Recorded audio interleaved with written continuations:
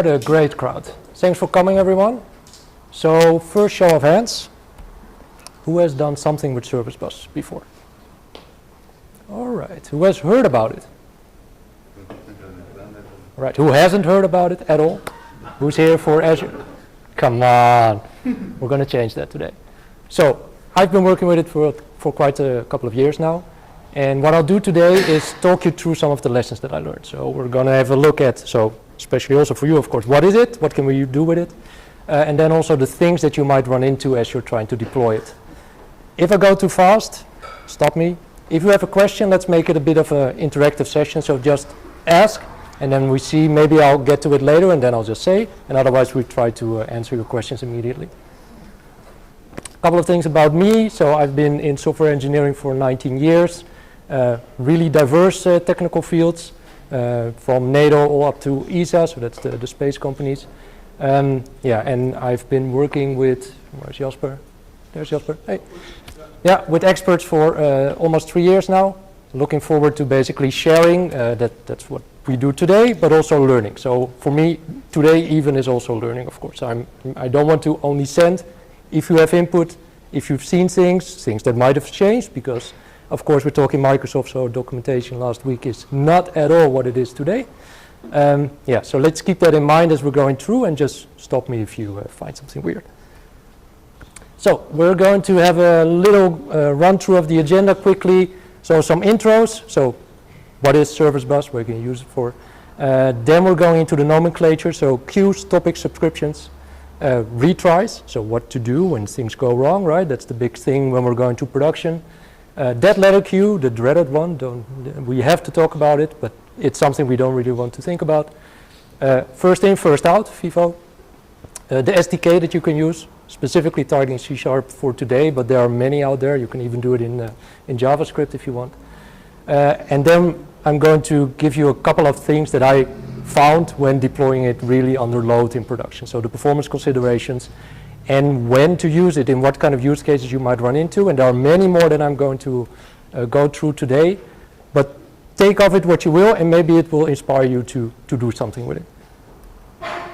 So first off, Azure Service Bus. You can look at it as a cloud message broker. So what we're saying with that is basically it's something that's in the cloud. You can send messages to it, and it will deliver it for you. You don't really have to think about how it's doing it. That's Microsoft Azure's job. But you can connect all kinds of things. So really it's sort of this hub thing that you connect to, application services, devices, and you can put it basically in any context that you need. So also the payload is up to you what you put it in. So it can be JSON, it can be Avro, XML, everything that you want.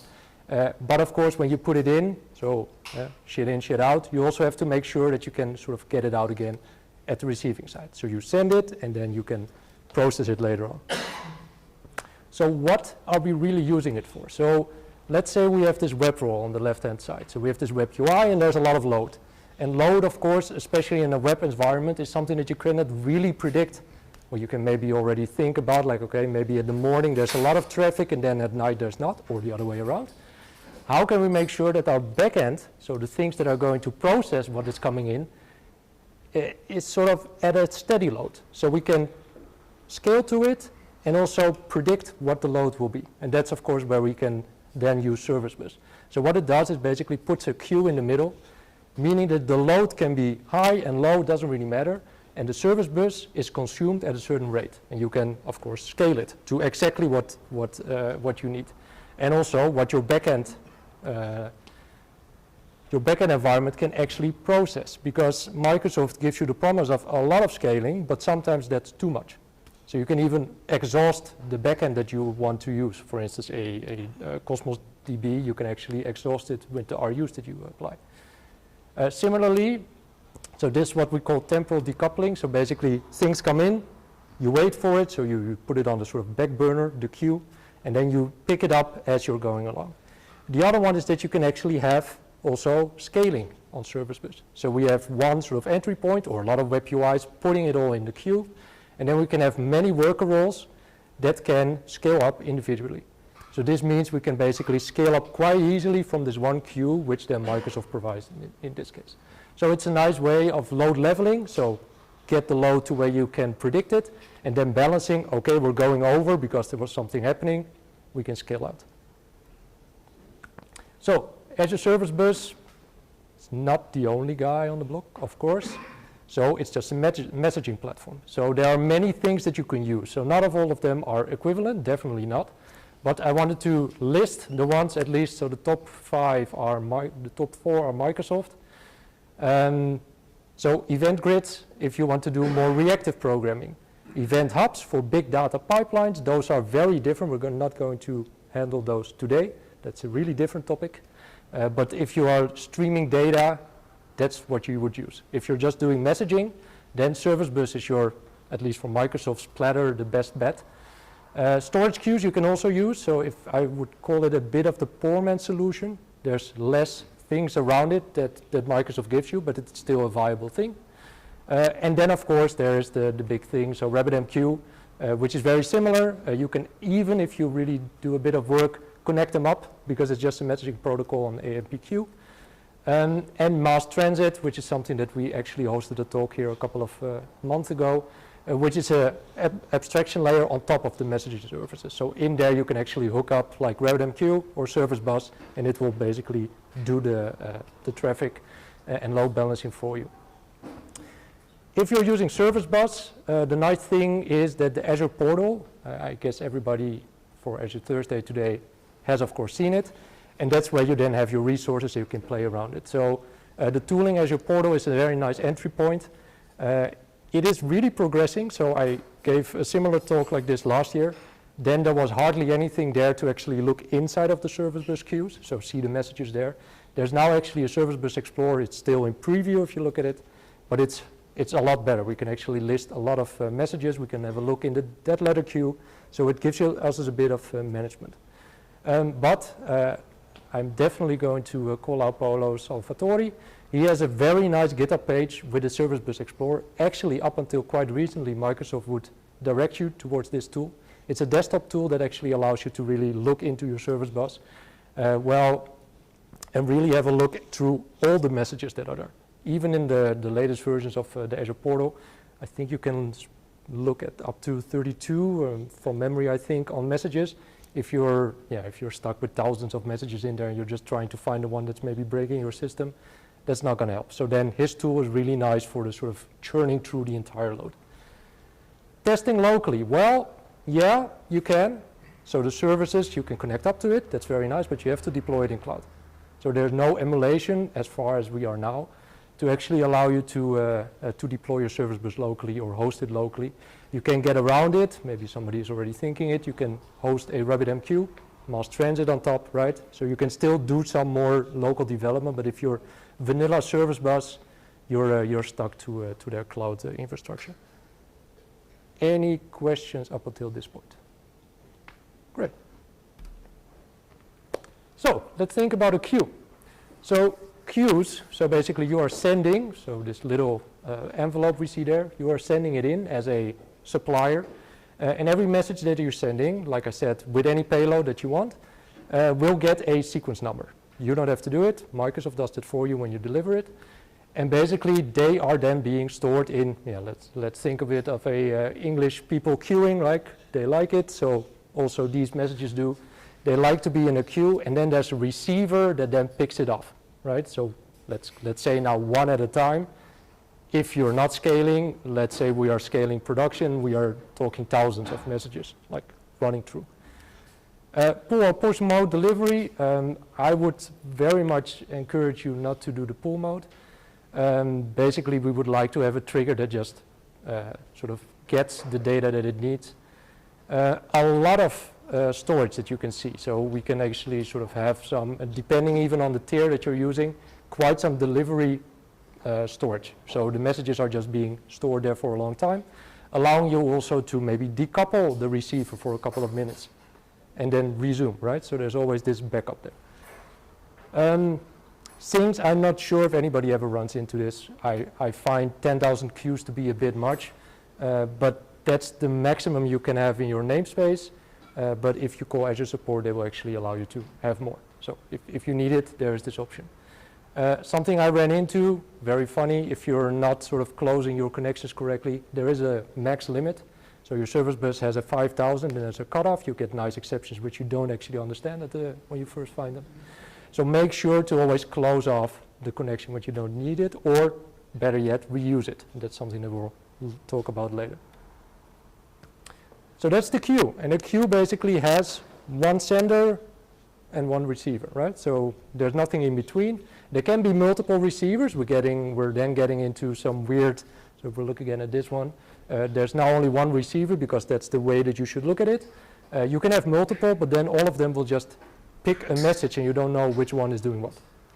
So keep that in mind. In a topic subscriber, we are much more sending and then just delivering it to all the receivers who have a subscription. So we set up a topic. The sender only needs to know about this one topic.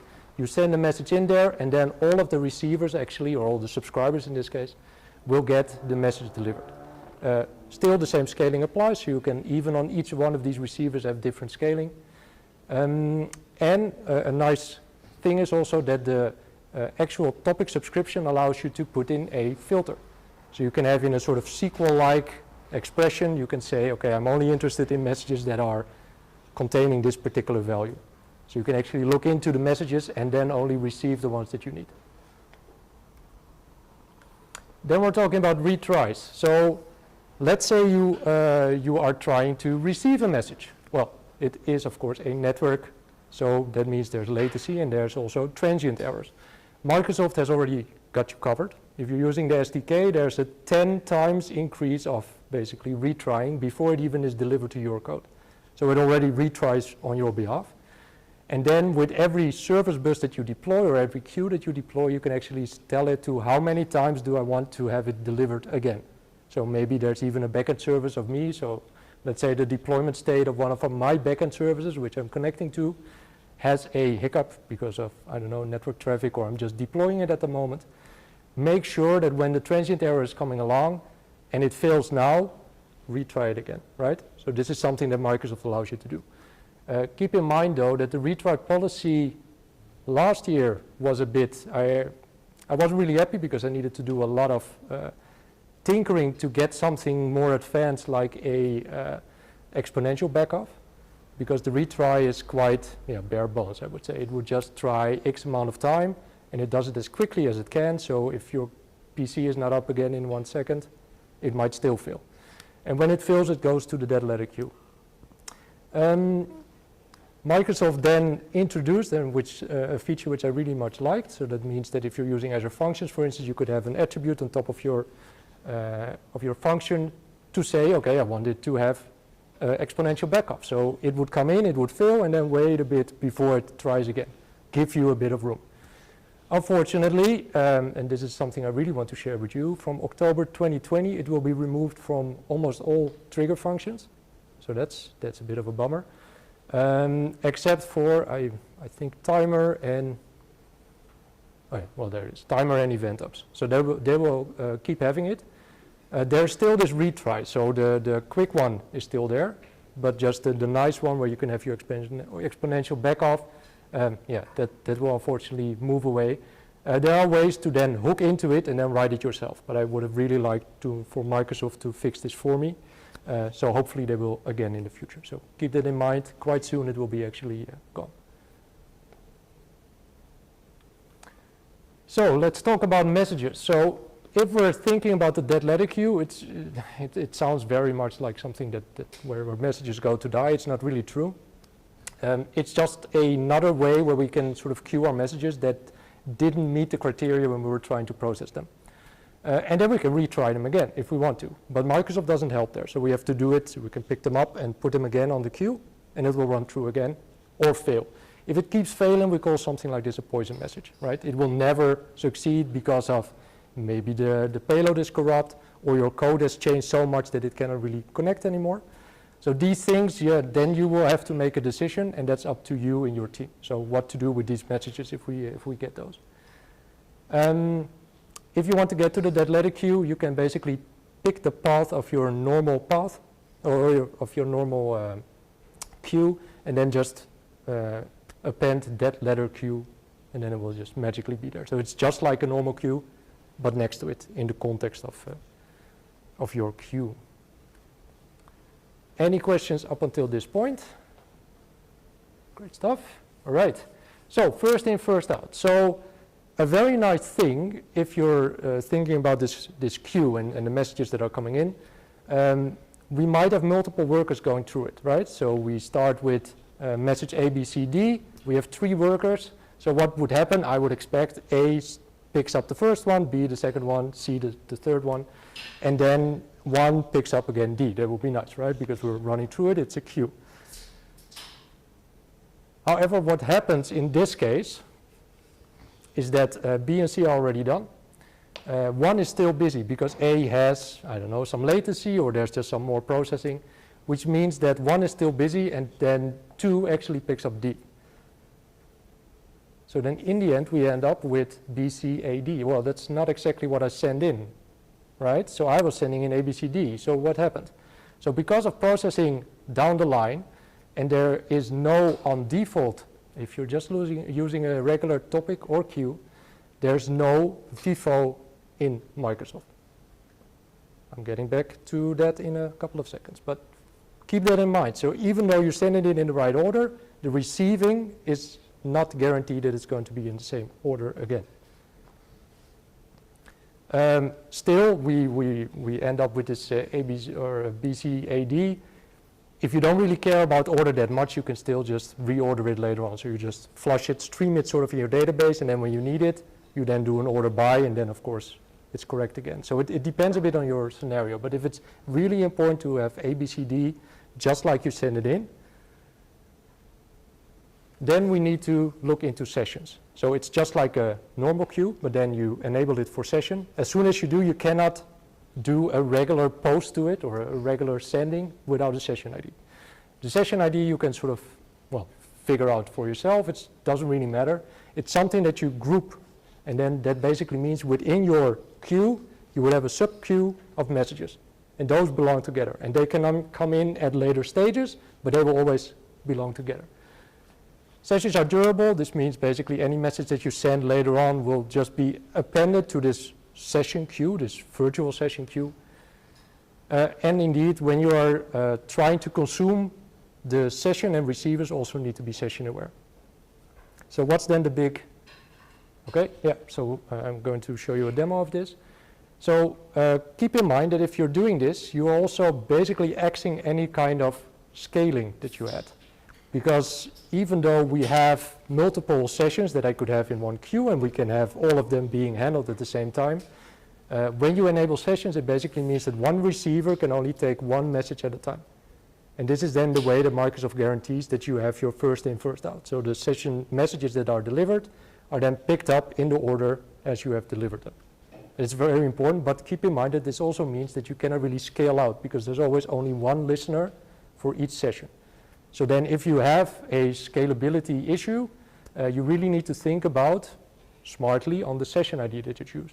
So what is the sort of way that I can group the data that's coming in so I can still scale enough? Things that you might run into. All right.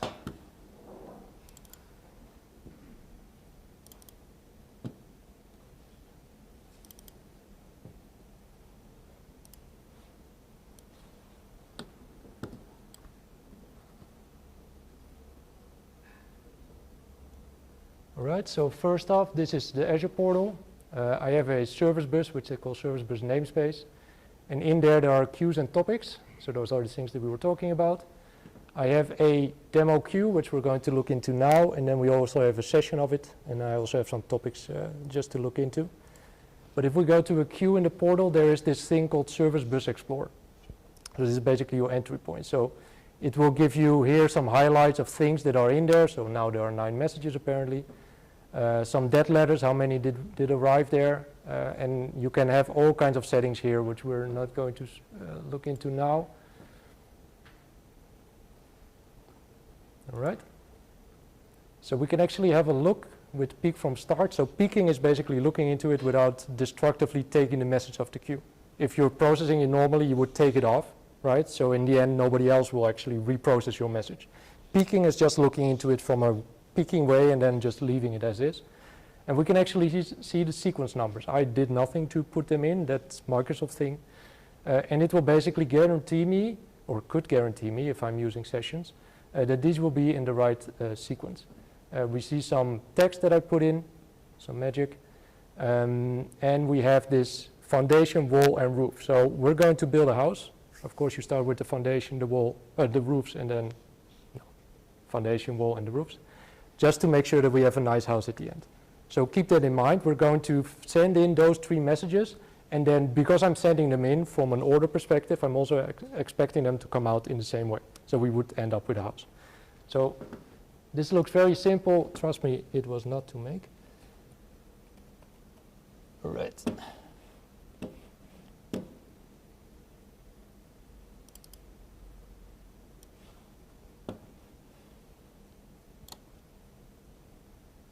Okay. Cool. So by accident, all of them went well. So what normally I have some different scaling on timing, which means that all of them would basically start to pick up at their own and then get the same one, just like we saw in the thing. Of course, I came prepared, so this is fine that it's running now. We're now going to do this concurrently, so I have more listeners on the same message bus. So by accident, you might actually have a FIFO, like we're seeing now. But that's more because for this reason now, it would actually pick up them in order because there's only one listener. Of course, if we expand this, so let's say we have one listener.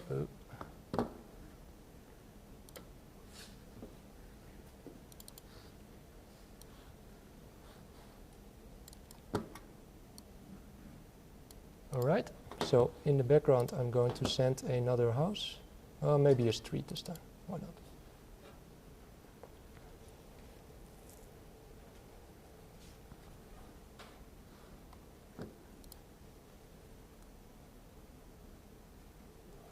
Okay, let's try that again. Yeah, I shouldn't be in the, this is always the demo, guys.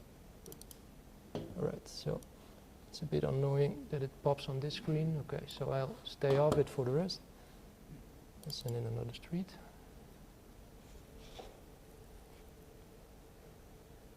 Okay, all of them for some reason again in the same rows. So we do that again.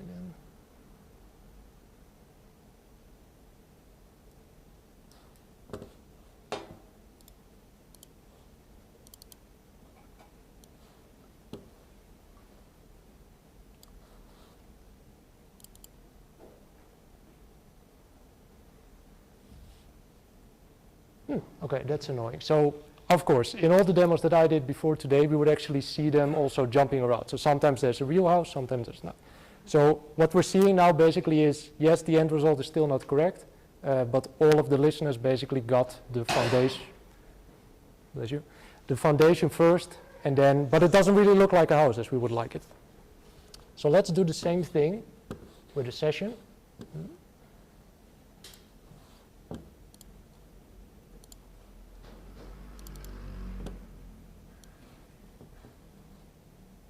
So now the sender application that I'm using is using a session. And now we should see all of them basically building up as we are sending it in. So we send in foundation first and then the houses. Yay, well, okay. So that's the promise of a session, right? So it makes sure that the first in, first out, even if you scale it out. That's then the thing. So if we then apply it to a topic, and maybe we see some more fancy stuff there, because if we have 2 of these open, so let's say, I need more real estate, I see. Okay. And this one. All right, so now I have one topic with 2 listeners, so these are the subscriptions I was talking about. And then if we send again in the background, it will start to make no sense, right? So it's trying sometimes. For some reason, houses actually align up. Some of them will not. And you also see basically this one actually did something different than this thread. So here we see basically the FIFO failing, right? Because we're not session enabled. So let's do this one again. And now, of course, with the sessions. So for the next time I'm doing this, I'm going to pop this with a nice PowerShell script because I'm already tired of clicking. All right, so we have one listener, and there's the second one, and now we're going to do this with a session-based topic. So 2 subscribers on sessions, and I'm expecting all of the houses as it's building them up should align and none of them go wrong. That's sort of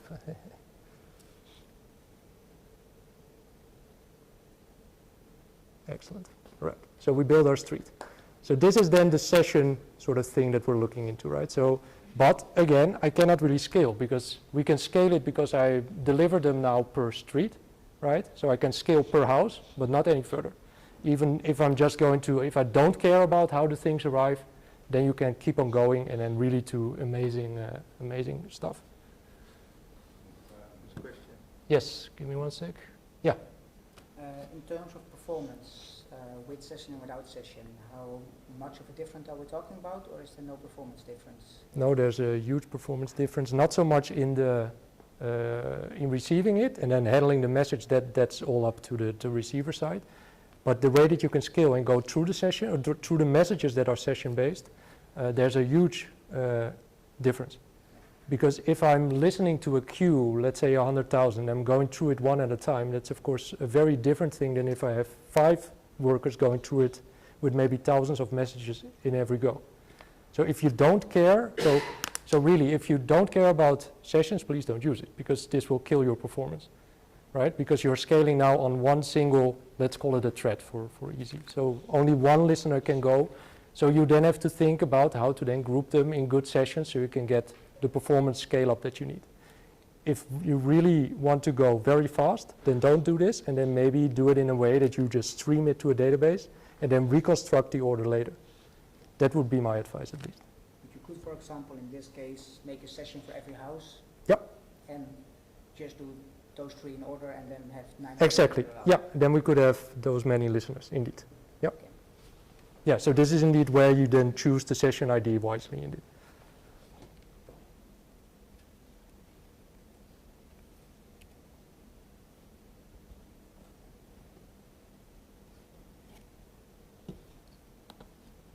All right. Any other questions before we sort of go on? Okay, great. So additional features. Things that you can also do is basically shift the delivery time. So you can actually put your message in there in the service bus and it will deliver it to the queue. So it will be in a sort of shadow queue for a while up until you have sort of said it should then move to the queue. If you would basically make your own retry mechanism, this is what I would use. Basically retry it scheduled and then it will pop to the queue as you need it. Another nice thing, which sometimes happens, maybe not even because you're sort of providing the messages, but a third party might be doing that. If message duplication is a problem, you can actually have your queues sort of delay a bit, and then in that delay window, it will actually check for message IDs to be the same, and then move them on top of each other. So you would only get one of those. Of course, that's quite a hefty thing, because up until the time that it can actually detect the deduplication, it will not deliver. So you will basically shift the time that you can actually process. But there are ways for this. I would say maybe look into the source data first, but it might be a good way to get around those problems. You can have transactions, message deferrals, and auto-delete on idle. There's a plethora of things I really invite you to if you need those things. There are great blogs online, and also look into the documentation of Microsoft. I would say everything is there.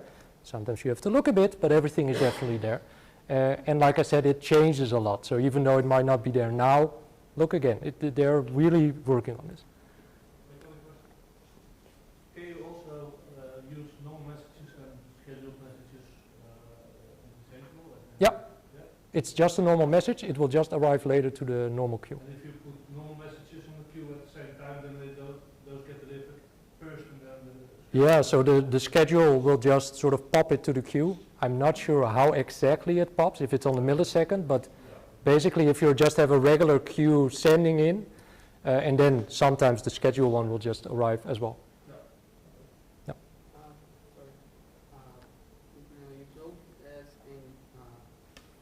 they have duplication detection Sure. by the IDs. Yeah. But the IDs wasn't assigned to them by the Microsoft automatically? Very, very, very good question. There's also a message ID that you can assign yourself. And it will use that one actually to check. So the sequence ID is the one that Microsoft assigns, basically 1, 2, 3, 4, 5, because that's how it sort of arrived in the lifetime of the queue. And then your message ID would be more something like blah, blah, blah, my message, and then some number. And it's using that one to compare. Right. Yeah. Yeah, good question. All right. How are you looking for time? Looking at the... It started a bit late, so I'm good. All right. I think so. Good. Depends on the rest. That's a couple of things. So the C# SDK, this is my domain. This is where I like to work. You can have a couple of nice NuGet packages that Microsoft prepared for you. You don't have to use them. Sorry. I know about the NuGet packages. There are two different kinds of Microsoft NuGet packages at the moment, Service Bus. Mm-hmm. My problem, I have built an exchange on subscription, and the problem is that the terms that they use are different. Yes. So they are now renaming it. Keep it in mind, if you use the latest version, then you need some renaming. We're getting to that in a couple of slides as well. And the other thing that I want to say is the tooling. Subscriptions, you have filters on that. Yeah. Filters on the Azure side, on the Azure Service Bus Explorer, are not, the actions and filters are not shown together. So I have a mistake, make a mistake Alright. if I have filters and I have actions and hey, there are no actions added to my Service Bus, but they are not shown in the Service Bus Explorer on Azure at the moment. Can you see it in the desktop too? Yeah, in this tool Right. you can see it. So if you're doing that, keep in mind that this tool has more functionality at the moment still. Yep. I think the Azure Service Bus tool is also a lot improved last year. So it was two things. Yep. Sorry that I... No worries. Like I said, we want to have an interactive session. I'm going to skip over this now because you already said it. So the NuGet versions, these are the ones that I would use. Something that has been popping up, maybe you've seen this or not, but there is a in-process model, which is the ye olde service bus, and the isolated one, which is the new one Microsoft is pushing hard. But I don't really like it yet because it's not parity complete with the old one. They're working on it, and they will actually shift it. So this is basically the roadmap around it. This used to be .NET 6, this last one. So basically .NET 7 would have been the last version where you can use in-process. They're not quite there yet, so they're still working on it. .NET 8 is now slated to be the end of in-process thing. So what does that mean? Basically, if you're using in-process, you can have a bit more of Microsoft's juice on top of the things that you can actually get from the service bus. It's nicer, I like it, because actually I can get a service bus message as a class instead of just a string, which is called message, and then I have to re-engineer what's going on. Especially that's a bit annoying if you're, for instance, doing a lot of messages, so you're getting them in batch, then you have to mix and match all kinds of metadata around it. It's getting there, I'm sure, but it's not there yet. So if you don't need any of that, please use isolated because that's the way to go. If you're still good for the next couple of years just using in-process. So keep that in mind. What is also now a nice thing, at least with, you can actually see it also with durable functions. Maybe you know about it or not, that's a different way of having Azure functions, basically surviving the 10-minute downtime, or basically a function, of course, is stateless, and this is sort of a way to get a longer running process without using a web app. It wasn't possible in isolated, it is now since .NET, or it will be in .NET 7, I think it's now, it's in public preview. So that's a good thing. So they're getting to the feature parity, but things that I really don't like, there's no cancellation token support at the moment for isolated processes. That's weird. That will come. Bindings are, like I said, a bit less. So I'm sure they will sort of fix it, but not yet. So these are, and it's been worse even before, So there are 4. All of them you can still find on NuGet. Microsoft is really making up his mind at the moment to getting to 1. This is the one where I started a couple of years ago. Please don't use it. This is the one that I tried to replace it with. Keep away. And then, of course, we have the Azure Functions Worker, which is a package just for the isolated process. And then we have the new one, or the old new one, which is the Azure Messaging Service Bus for the in-process function. And indeed, the nomenclature is not quite the same, but almost. So yeah, you might run into some weirdness if you're sort of moving from one to the other. I must say, if you upgrade from any of the other ones, and also upgrade it to .NET 6, if you're still on .NET Core 3.1 or something, it was sort of seamless for me. So it should be quite good if you just move. Right, so some performance considerations here are try to do stuff in batches. It runs so much faster. So send it in a batch if you can, because of course there's network latency, and if you have 1,000 messages that would fit in a batch, please do it. And receive them in messages as well of batches. Another good thing to keep in mind is to keep the message payload itself very small. The smaller the better, because probably also you have less processing times, you can get through your service bus queue faster. If, for instance, you have some kind of data processing that you need to do, just use a URI to something on the storage blob instead of putting files in there. That's really a bad idea, I would say. Azure Functions scaling. So what I like to do is use Azure Functions to consume the service bus, or maybe also even send to it. So consumption plan, maybe you've heard about it. It's something that you can use serverlessly to scale quite easily, but also there's a cost benefit that you have to look into, the analysis for that one. This is a very nice one that is for me a lot of sources of exceptions. You can prefetch messages, which means you basically put a lease on a couple of messages already in the queue saying I'm going to do these 10. But if you then do those 10 but then run out of lease time, then basically when you say I'm done with these 10, I'm trying to put it back, you will get an exception. I think it's like service lease expired, something like this.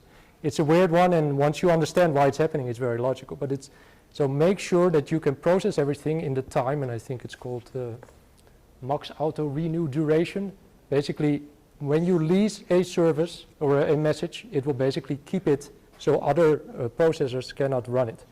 If the lease expires, any other processors or any receiver basically picks it up and does its own thing. So what we can then have is a sort of problem that when we're trying to complete the message, it says, oh, but I have a new lease now, and then you get your exception. So just make sure that you don't run into those, because it's wasted processing time. Another thing, if you're running, this is a very funny one, we ran into this with my client just recently. If you're running your function on a dedicated app plan, don't forget to put always on. Because if you put a function in there, it will just start to sleep. And you don't have any idea why it's not popping up any services. So if you're running it on a dedicated plan, consumption plan doesn't have this, but keep that in mind. Yeah? If you have the service bus trigger, it would still start the function, right? Or will it stay sleeping? Yes. And actually the funny part is you will not understand why it's not waking up, because every time you go look at it at Portal, it will suddenly start working. Because that's sort of the trigger that it gets. So it's a small thing, but keep it in mind. It's really a top tip. DLQ management. I promise we're almost at the end.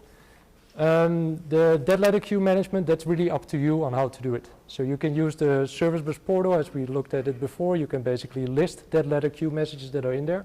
It will give you a bit of a hint on why it failed. But if you don't really do that manually, it will just say, I tried it 10 times or 3 times or whatever you put in, and that's it. You still don't know. So you still have to go to Application Insight and look what's going on. So you can also pop messages on the dead letter queue yourself based on an error that you encounter, and then you can actually put a logical meaning of why it's there. Yeah, and don't forget about it.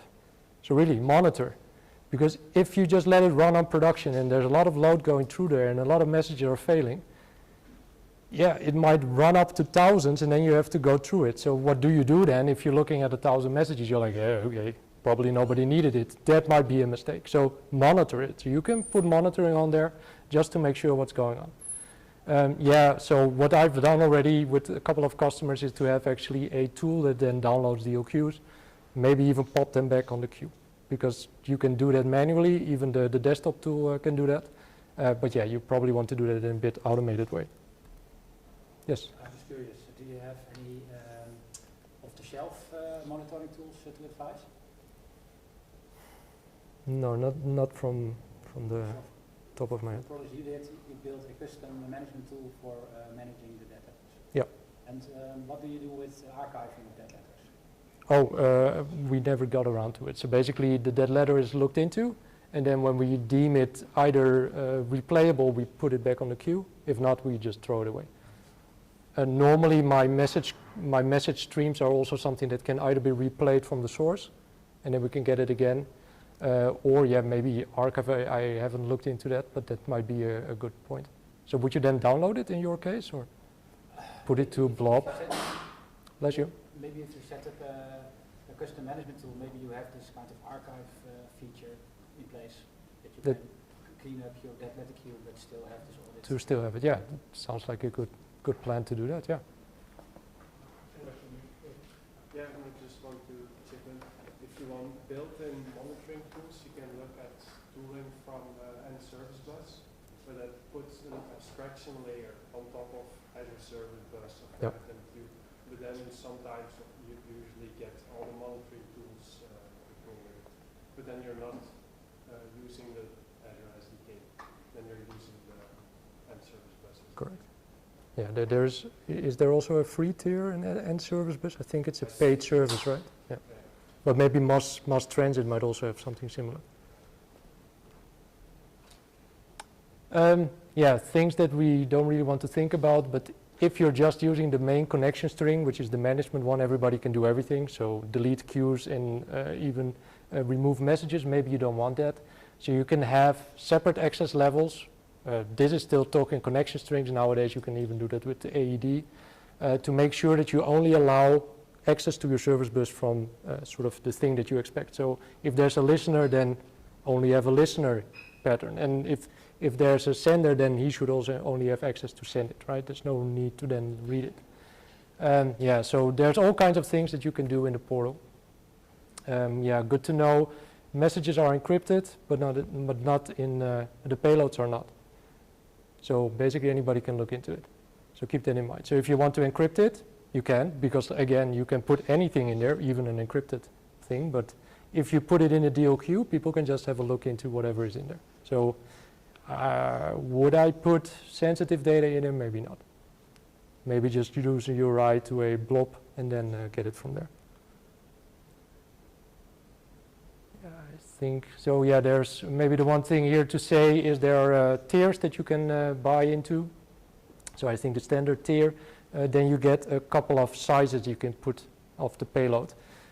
If you put a batch of messages in there, so even though you have one message to send, or basically one connection, you can send many messages in one batch, up to exactly 265K, but that includes also the headers Microsoft puts on there. So there's a little bit less room. It's not a lot if you're trying to put in a lot in there. So keep your messages lean.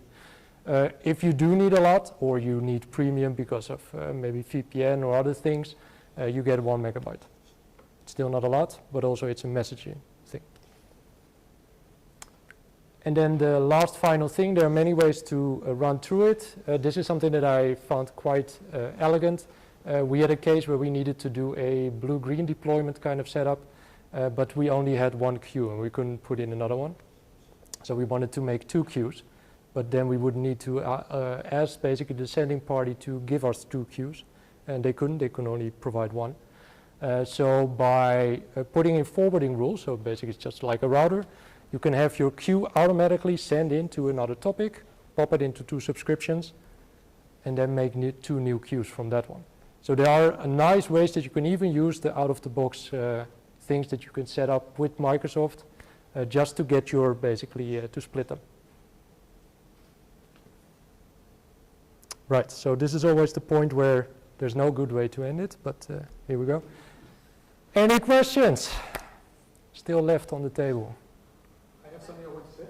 Yep. Yeah. Please. It's about the dead letter queue. Yeah. And it's actually very related to your first part as well, because if your backend service coded or knows how to handle not that doesn't require FIFO, you can just resubmit your DLQ and be happy about it. If you don't, you have to sift through your code messages. In the end, you probably just delete it and hope nobody cares about it. Exactly. But it's really important to, if you can make your backend application able to handle whatever data is into it, and be iPhone. Yeah, good point. Is there a business question that you can solve with Azure Business? For service bus as a general question? Yeah, the use case when you have used. So I can give you a use case, but then of course it's a very bad one because we ended up going to Event Hub.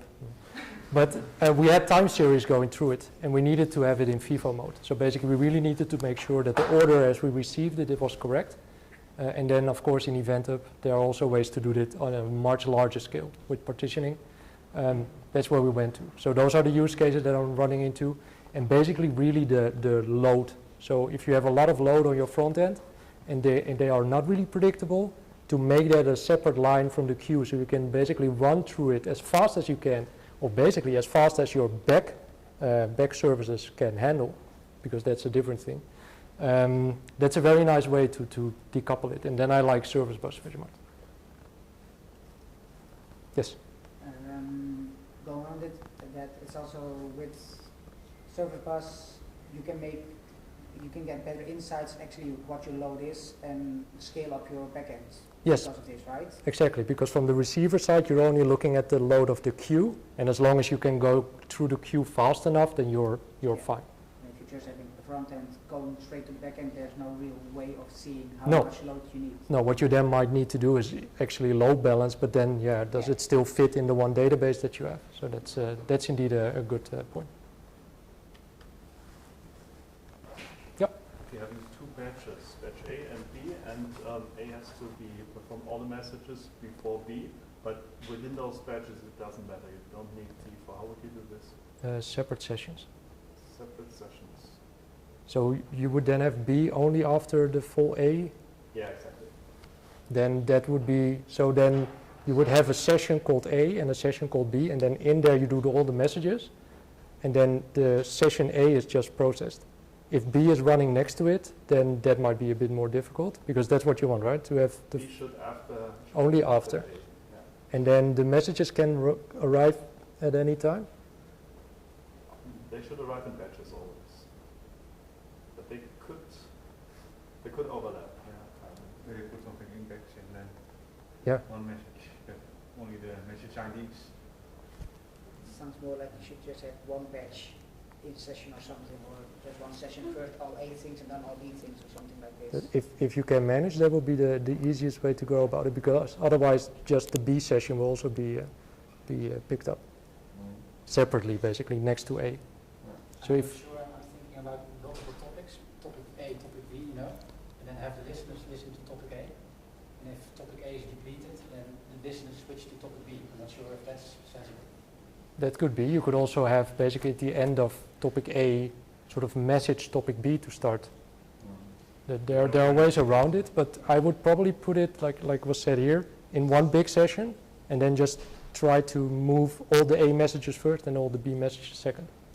Because sessions, as soon as you have two sessions, they will just be run in parallel, and that's not what you want in this case. But each batch I would want to have this, because then it would be faster. If you want to make it fancy, you could actually make a second queue, and first have the first queue do like the A things, and then send it into the second queue, which will then pick up by a listener to do the B parts. That could be, yeah. So everyone, in the interest of time, Yeah. I am gonna interrupt you. Sounds like there's more to discuss here, and maybe after the last session there's time for drinks and talk, so you can always time for talk about drinks. this further.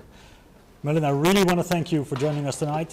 Yep. It was a session jam-packed with I know. in-depth stuff. Yes, so pun intended. So thanks.